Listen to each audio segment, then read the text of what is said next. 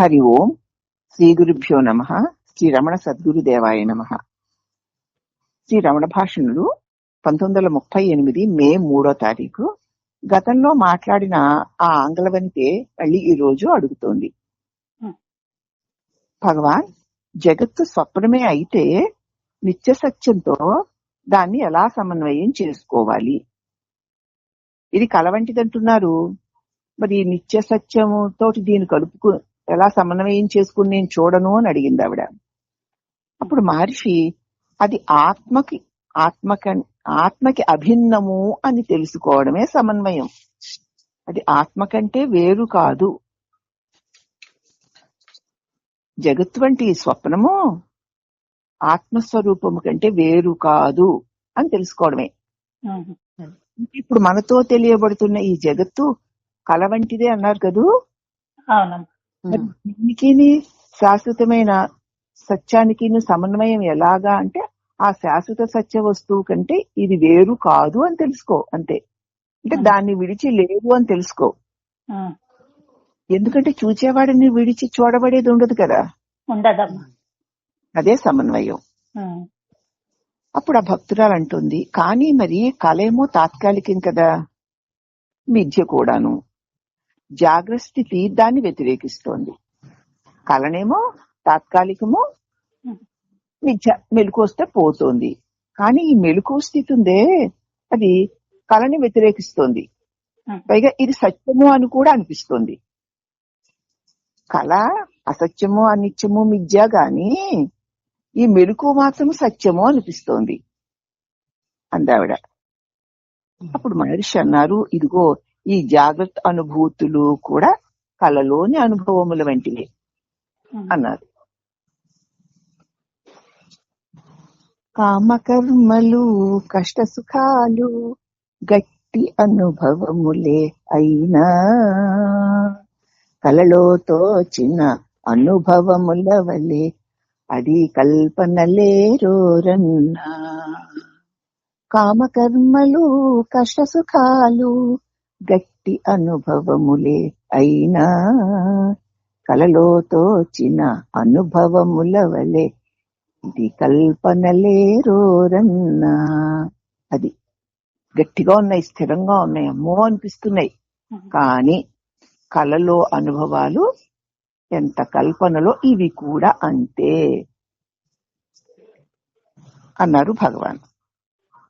అప్పుడు ఆ భక్తురాలు 50 ఏళ్లు బ్రతికి ఒకరు తన జాగ్రత్త అనుభూతిని ఎడతెగనిదని, అవిచ్ఛిన్నమని భావిస్తారు.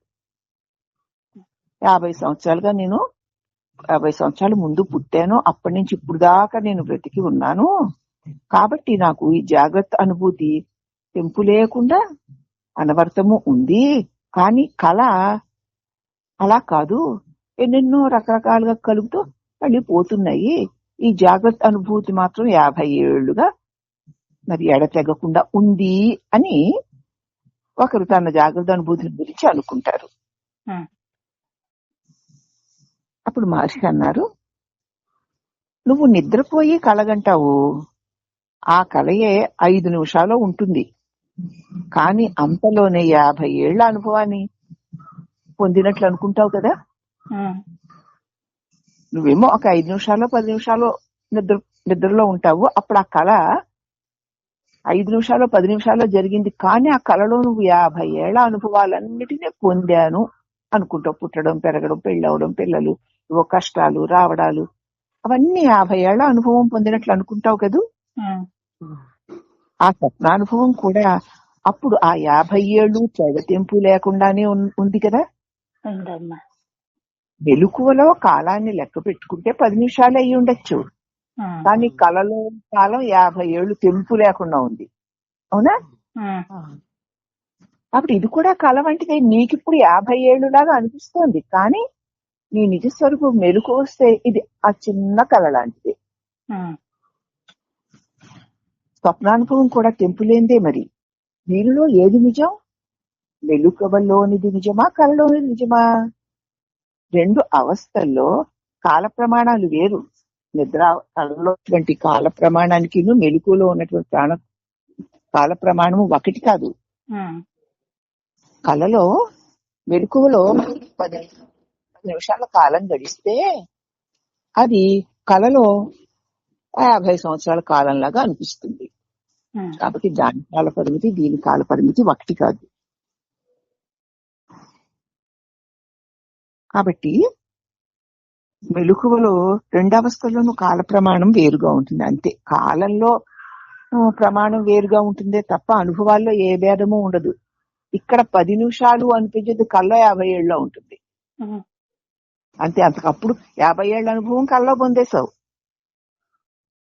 ఇప్పుడు 50 ఏళ్ళ అనుభవం అంటున్నావు చూసావు, ఇది కూడా ఒక 10 నిమిషాలే. అసలు కాలమే లేని చోట అట్లా అనిపిస్తుంది నీకు మెలకు వస్తే. అవునమ్మా, నిజం కాదు, అది కళ అనుకుంటున్నప్పుడు.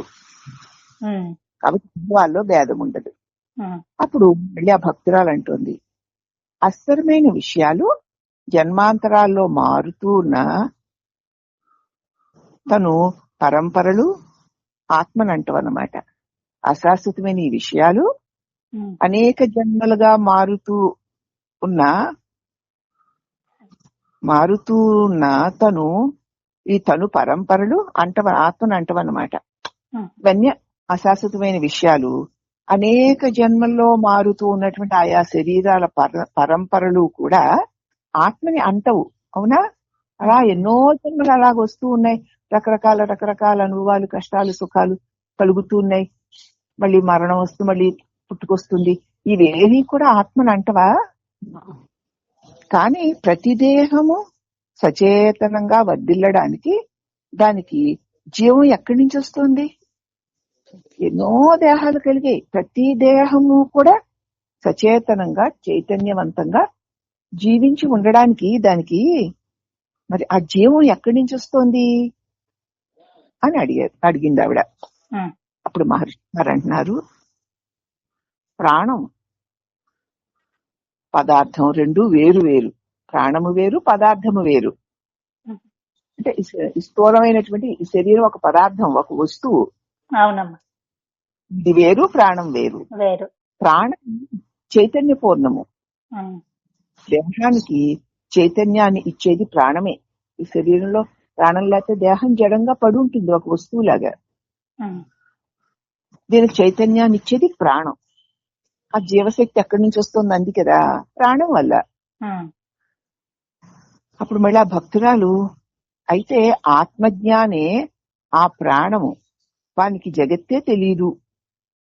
అయితే ఆత్మజ్ఞానే ఆ ప్రాణం అన్నమాట. అతనికి జగత్తే తెలియదు, మరి ప్రాణానికి జగత్తు తెలిసేమిటి? తెలీదు కదా. ఆత్మజ్ఞానే ఆ ప్రాణం అయితే వాడికి జగత్తే తెలియదు కదా అంది ఆవిడ. అప్పుడు భగవాన్ అంటున్నారు, ఆత్మజ్ఞాని ప్రపంచాన్ని చూస్తాడు, కానీ ఆత్మ కంటే వేరుగా చూడడు. అదే ఉంది కాదు, నీ శరీరాన్ని నువ్వు చూసుకుంటావు కదా. నీ శరీరాన్ని చూసుకుంటావా? చూసుకుంటాను. నీకంటే వేరుగా చూసుకుంటావా నీ శరీరం?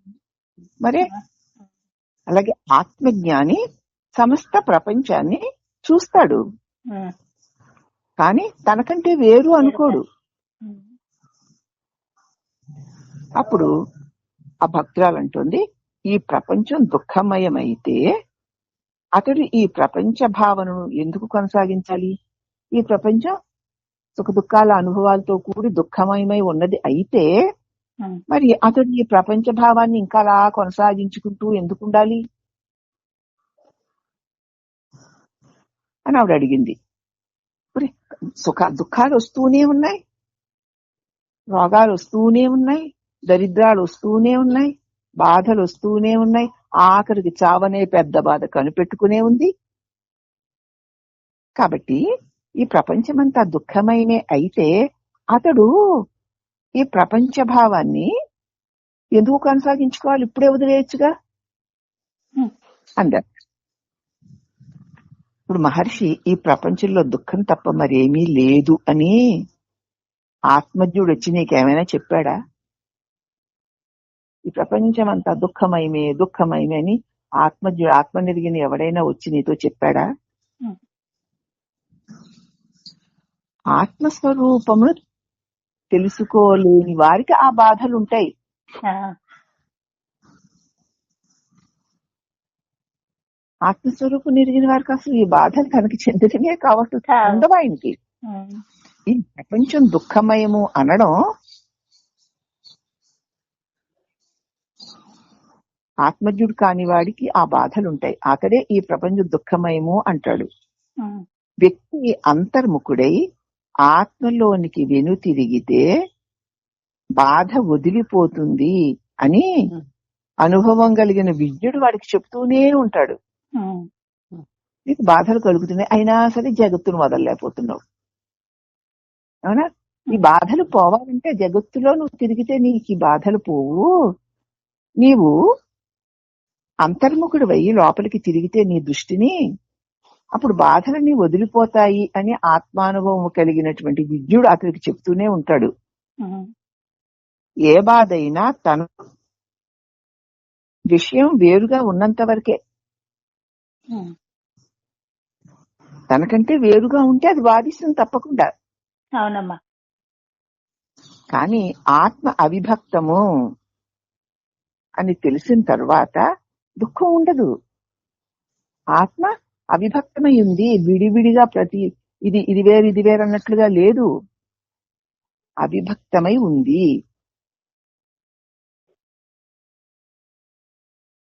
కాబట్టి ఆత్మ అవిభక్తము అని తెలిసిన తర్వాత ఇక దుఃఖం ఉండదు. ఎంత చెప్పినా అర్థం కాదు, నమ్మలేవు. నువ్వు నీ ఆత్మస్వరూపమును తెలుసుకుంటే తప్ప ఇది నీకు అనుభవానికి రాదు.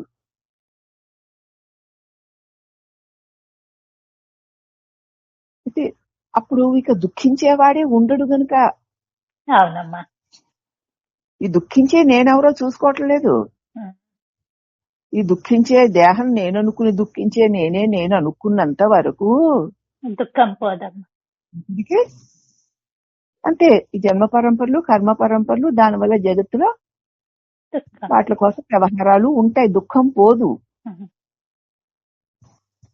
ఆత్మ అవిభక్తము, ప్రత్యేకమైన ఒక వ్యక్తి అన్నవాడు లేడు అక్కడ అని తెలిసి దుఃఖం ఉండదు. ఎందుకంటే దుఃఖించేవాడే లేడు. లేడమ్మా. ఏ నేను వస్తే ఈ దుఃఖం అన్నది దుఃఖించేవాడు ఉంటారో ఆ నేనెవరా అని చూస్తే వాడు ఉండనే ఉండు. అందుకే అంతర్ముఖమే, నువ్వెవరో నువ్వు చూసుకో అంటున్నారు భగవాన్. అవునమ్మా. ప్రజ్ఞాస్థితమైన మనస్సు భూతాత్మ, ఇతరము పాప నిలయము. చిత్తప్రజ్ఞునికి అది స్వర్గరాజ్యం. ప్రజ్ఞాస్థితమైన మనస్సు పరిపూర్ణమై శాంతంగా ఉంటుంది. ఇతరుడికి అది పాప నిలయము. అంతే. ప్రజ్ఞాస్థితము కాని మనస్సు పాప నిలయం పూర్ణంగా ప్రజ్ఞాస్థితమే ఉందనుకో అది పరిపూర్ణమైన, దాని తప్ప రెండోది ఉండదు. అవునమ్మా. బాధ కూడా ఉండడు. అలా కాక అది ఏమవుతుంది, పాప నిలయం అయిపోతుంది.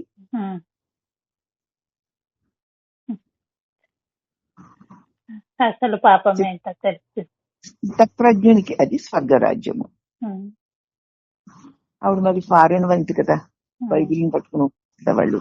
చిత్తప్రజ్ఞుడు అది స్వర్గరాజ్యం. చిత్తప్రజ్ఞుడు స్వర్గమే, సుఖమే స్వరూపంగా ఉంటుంది. దుఃఖ స్పర్శే ఉండదు రెండో వాడు ఉంటేనే. నాకు దుఃఖము అన్నటువంటి భావనే లేదమ్మా. లేదమ్మా. నీకు దుఃఖము అన్న భావన లేక దుఃఖం గాని, దుఃఖం కలిగించే విషయాలు గాని ఎక్కడి నుంచి వస్తాయి? రావు. కాబట్టి దుఃఖము కలిగించే విషయాలు నాకు దుఃఖము అని అనుకున్న వాడికే ఉంటాయి. ఈ అనుకునేవాడా ఎవడా అని చూస్తే వాడు కేవలం తలంపు మాత్రమే. వాడే లేడు, ఇంకా దుఃఖమే ఉంటుంది. అట్టి స్థితప్రజ్ఞుడికి అది స్వర్గరాజ్యం. కాబట్టి స్వర్గరాజ్యం నీలోనే ఉంది. ఆ స్వరాజ్యం ఇప్పుడు ఇక్కడే ఉంది. నీలోనే ఉంది. ఈ దుఃఖము, ఈ జన్మ పరంపరలు, ఈ జగత్తు, అనేక విషయాలతో కూడిన ఈ జగత్తు ఎవరికి తెలియబడుతోంది అని ప్రశ్నించుకో. ఇలా ఉంది కదా, అలా ఉంది కదా, అలా ఉంది మరి, అందుకే ఇలా వచ్చింది, పుట్టాను, నాకు ఇవన్నీ ఇలా వచ్చాయి, ఇవి పోవాలి, నాకు సుఖం కావాలి అంటున్నావు. అంటూ ఉంటావు కదా, ఎవరికి అని ప్రశ్నించుకోవు, నాకే అంటావు. ఒకవేళ ఎవరు అడగరు, ఎవరి మట్టుకు వాళ్ళే, నాకు ఈ కష్టం వచ్చింది, నాకు ఈ సుఖం వచ్చింది, నాకు ఈ భోగం వచ్చింది, ఈ భాగ్యం వచ్చింది అంటావే తప్ప ఎవరికి వచ్చింది అంటారు. ఒకవేళ ఎవరికి వచ్చింది అడిగితే నాకే అంటావు. అప్పుడు మళ్ళీ భగవాన్ లాంటి వాడు నువ్వెవరివి అంటే నేను వాణిని అంటారు. అంతే, అంతకి దిగజారుడు బుద్ధే తప్ప వాణి అంటే ఏమిటి? ఒక శరీరానికి పెట్టిన పేరు. అది నువ్వా అని చూసుకోవు. మరి వాణి ఫిక్స్ అయిపోయావా కాదంటావేమిటి? ఇక హరిబ్రహ్మాదులు చెప్తే అర్థమవుతుందా? వింటావా? విన్నట్టుంటావా? ఉండవు. అదే మాయా మోహము అదే. అందుచేత ఎవరికి అని ప్రశ్నించుకోని కారణంగా లేనిదంతా ఉన్న దాని వలె భ్రమ పెట్టి బాధిస్తుంది. ప్రతి ఒక్కరు నాకింత దుఃఖం వచ్చింది, ఇలా వచ్చింది, అలా వచ్చింది అన్నప్పుడు ఎవరికి? నాకు సమాధానం అందరి దగ్గర ఉంటుంది. నేనెవరిని అంటే వాణినో వేణినో అని కాకుండా నేను అంటే ఏమిటా అని ఆగి చూడు. దేనికి దుఃఖం ఉందో అది లేకుండా పోయి అంతే సౌఖ్యమే స్వర్గమే స్వరూపంగా ఉంటావు. ఇది దీని అర్థం. ఆవిడికి మళ్ళీ భగవాన్ అలా చెప్పారనమాట. ప్రశ్నించి చూసుకో. అసలు ఇప్పుడు నువ్వు ఫిక్స్ అయిపోయావు కదా, అది సత్యమేనా అని డౌట్ రానంత వరకు ఇవి తప్పవమ్మా. ప్రశ్నే రాదు కదా.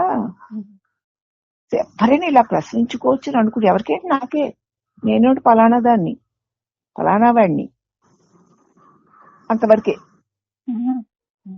ఇక నుంచి ఎవ్వరూ ముందుకు వెళ్ళరు, వెనక్కి వెళ్ళరు. ముందుకు దూసుకుని నేనంటే పలానా దేహము, దానికి ఇవి వచ్చాయి, అవి వచ్చాయి, అలా వచ్చాయి, ఇలా వచ్చాయి, జగత్తులో ఇవి ఉన్నాయి, అవును, ఇలాగ అయిపోతాం.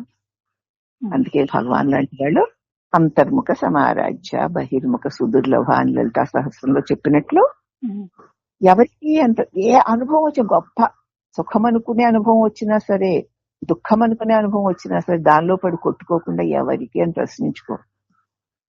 నాకు నీకు సమాధానం వస్తుంది, నేనెవరు అని ఆగి చూడు. ఎంత భయంకరమైనటువంటి సమస్యలైనా క్షణంలో తొలగిపోతాయి. మందమ్మా, ఇంకొక అన్ని చేస్తాం మనం. ఈ విషయాన్ని వివరించి ఆంగ్లేయవనికి భగవాన్ చెప్పారు.